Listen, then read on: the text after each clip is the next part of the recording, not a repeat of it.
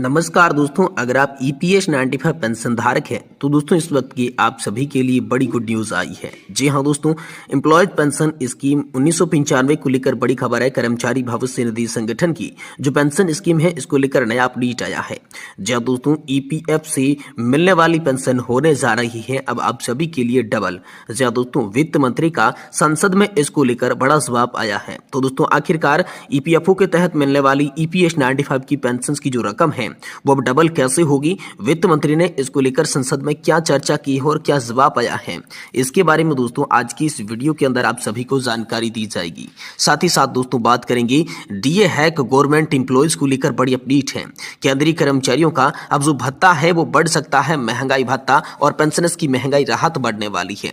तो दोस्तों किस दिन आखिरकार डीए बढ़ोतरी की घोषणा हो सकती है, क्या नए साल के अंदर आप सभी को डीए बढ़ोतरी का तोहफा मिलेगा, इसके बारे में दोस्तों आज की इस वीडियो के अंदर बात करेंगे। साथ ही साथ दोस्तों बात बताने वाली है, बिग ब्रेकिंग न्यूज निकल कर आ रही है ईपीएस 95 हायर पेंशंस को लेकर। जी हां दोस्तों, ईपीएस 95 हायर पेंशंस को लेकर बड़ी खबर है।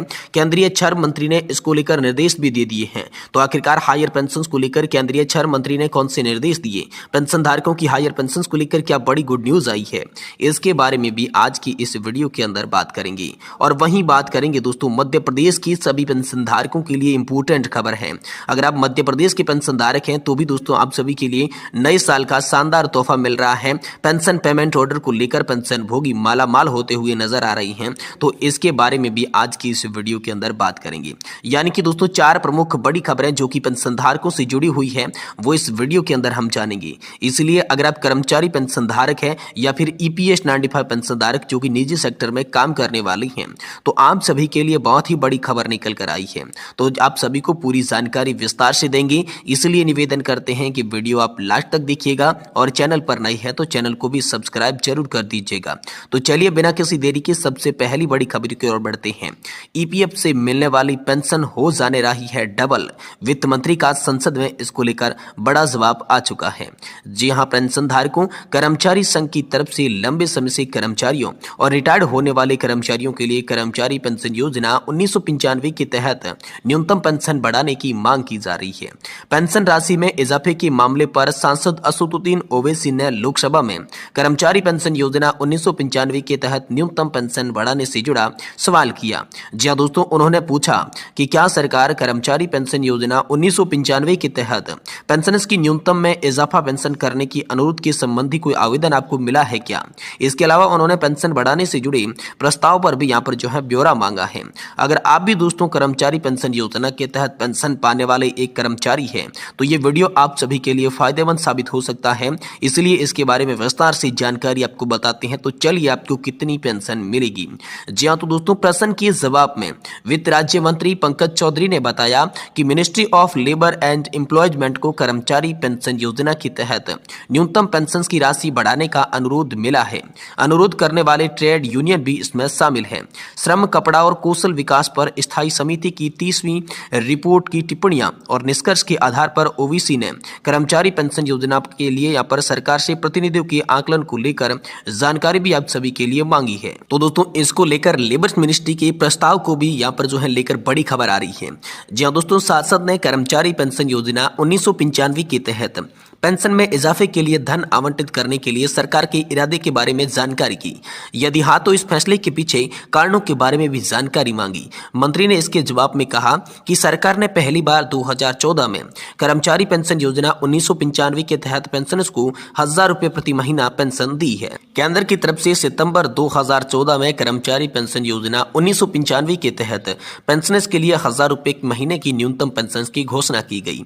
हालांकि लेबर मिनिस्ट्री ने कर्मचारी पेंशन योजना 95 के तहत पेंशन को दोगुना करके 2000 रुपए महीना का प्रस्ताव दिया था, लेकिन इस प्रस्ताव को भी मंजूरी नहीं मिली। तो आखिरकार आप सभी के लिए दोस्तों लोकसभा से बड़ी खबर यह आई है कि यहाँ पर आप सभी के लिए सांसद असदुद्दीन ओवैसी ने बड़ी मांग जो है वो लोकसभा के अंदर 1995 की न्यूनतम पेंशन बढ़ोतरी को लेकर की, जिसमें यहाँ पर जवाब देते हुए वित्त राज्य मंत्री पंकज चौधरी ने जवाब दिया कि मिनिस्ट्री ऑफ लेबर और एम्प्लॉयमेंट के अंदर न्यूनतम पेंशन बढ़ाने का अनुरोध है और जल्द ही पेंशन धारकों के लिए पेंशन बढ़ोतरी को लेकर प्रक्रिया शुरू कर दी जाएगी।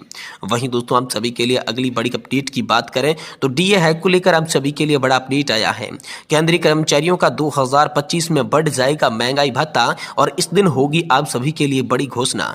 जी हां तो दोस्तों, केंद्र सरकार के कर्मचारियों के तहत राहत भरी खबर सामने आ रही है। नए साल की शुरुआत में कर्मचारियों के लिए महंगाई भत्ता यानी कि डीए में बढ़ोतरी की उम्मीद जताई जा रही है।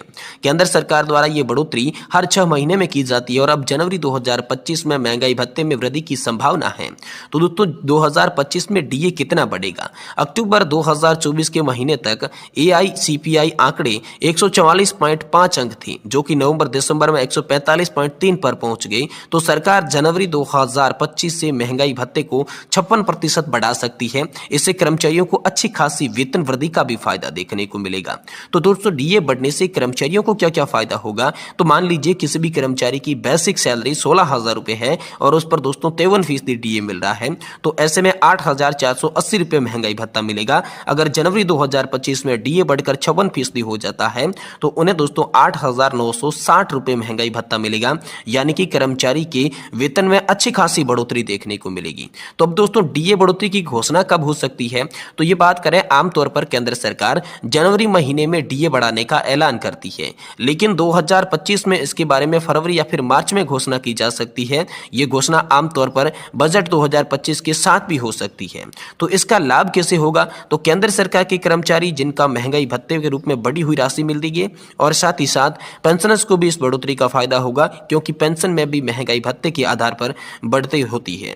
कुल मिलाकर 2025 की शुरुआत में डीए बढ़ोतरी कर्मचारियों के लिए अच्छा तोहफा हो सकता है, जिससे उनकी सैलरी में वृद्धि और जीवन स्तर में सुधार होगा। तो आप सभी के लिए 3% एक बार फिर से डीए बढ़ोतरी को लेकर बड़ी संभावनाएं निकलकर सामने आ रही है। वहीं दोस्तों आप सभी के लिए बिग ब्रेकिंग न्यूज निकलकर आई है। ईपीएस 95 हायर पेंशन को लेकर बड़ी खबर आ चुकी है। केंद्रीय श्रम मंत्री ने इसको लेकर दिशा निर्देश भी जारी कर दिए हैं। जहां दोस्तों विशाखापट्टनम स्टील प्लांट के पेंशनर्स ने क्षेत्रीय भविष्य निधि आयुक्त सेकंड श्री पवन कुमार जिस्ते जी से मुलाकात की और लंबित हायर पेंशन आदेश को तत्काल जारी करने की अपील की। ये मांग 14 महीनों की देरी के कारण बढ़ते असंतोष और आर्थिक कठिनाइयों के बीच की गई। दोस्तों पेंशनर्स ने शिकायत की कि 14 महीने से हायर पेंशन आंदोलन लंबित है, जबकि संबंधित योगदान हुए पैसा जमा किया जा चुका है। तो सुप्रीम कोर्ट ने पेंशनर्स के पक्ष में निर्णय दिया था, जिसके निर्णय के बाद कहा गया सुप्रीम कोर्ट की पेंशन वास्तविक वेतन के आधार पर तय की जाए और इस प्रक्रिया के तहत पेंशनर्स को अपनी सेवा अवधि के लिए बकाया योगदान जमा करना आवश्यक था। सितंबर 2023 में स्थानीय पीएफ कार्यालय ने लगभग 2500 पेंशनर्स को बकाया योगदान जमा करने का नोटिस दिया। इसके परिणाम स्वरूप 400 करोड़ से अधिक की राशि स्थानीय पीएफ कार्यालय में जमा की गई, लेकिन योगदान जमा होने के बाद में भी 2 से 3 महीने जारी होने वाली पेंशन अब तक अटकी हुई है। वरिष्ठ कार्यकर्ता श्रीनिवास मूर्ति ने कहा है कि योगदान प्राप्त होने के बावजूद प्रक्रिया में कोई प्रगति नहीं हुई है। यह पेंशनर्स के साथ अनुचित व्यवहार को दर्शाता है। 30 नवंबर 2024 को केंद्रीय न्याय बोर्ड की बैठक में केंद्रीय श्रम मंत्री ने दिशा निर्देश दिया था कि बकाया भुगतान करने वाले पेंशनर्स के मामले में प्राथमिकता के आधार पर यह हल किया जाएगा। वहीं इसी देरी से देश भर के पेंशनर्स के बीच नाराजगी पैदा हो गई है। राष्ट्रीय सेवानिवृत्ति महासंघ के इस मुद्दे को लेकर 18 दिसंबर 2024 को दिल्ली के जंतर मंतर पर धरना प्रदर्शन आयोजित करने की घोषणा कर दी है। वहीं दोस्तों विशाखापट्टनम स्टील पेंशनर्स की आगामी योजना की बात करें तो मेमोरेंडम प्रस्तुत करेंगे। पेंशनर्स के उच्च अधिकारियों को ज्ञापन सौंपने की योजना बनाई गई है ताकि सीधे मांगे उठाई जा सके। यदि कोई जल्दी आदेश जारी नहीं होते हैं तो पेंशनर्स बड़े पैमाने पर प्रदर्शन करने की भी चेतावनी दे चुके हैं और पेंशनर्स से कहा है कि अगर प्रशासन उनकी समस्याओं को हल नहीं किया तो वे न्यायालय का भी सहारा ले सकते हैं। यानी कुल मिलाकर बड़ी खबर की बात करें तो विशाखापट्टनम स्टील पेंशनर्स का संघर्ष उनके अधिकारियों और वित्तीय सुरक्षा की दिशा में एक महत्वपूर्ण कदम है। हायर पेंशन जारी करने में देरी, सुप्रीम कोर्ट के आदेश का उल्लंघन और ये प्रशासनिक प्रक्रियाओं में सुधार की आवश्यकता को उजागर किया। केंद्रीय श्रम मंत्री और ईपीएफओ को इस मामले पर त्वरित और पारदर्शी कार्रवाई करनी चाहिए ताकि पेंशनर्स को उनकी बकाया पेंशन समय पर मिले और उनका सम्मानजनक जीवन सुनिश्चित हो सके। तो ये बड़ी खबर दोस्तों आप सभी के लिए निकलकर सामने आ रही है।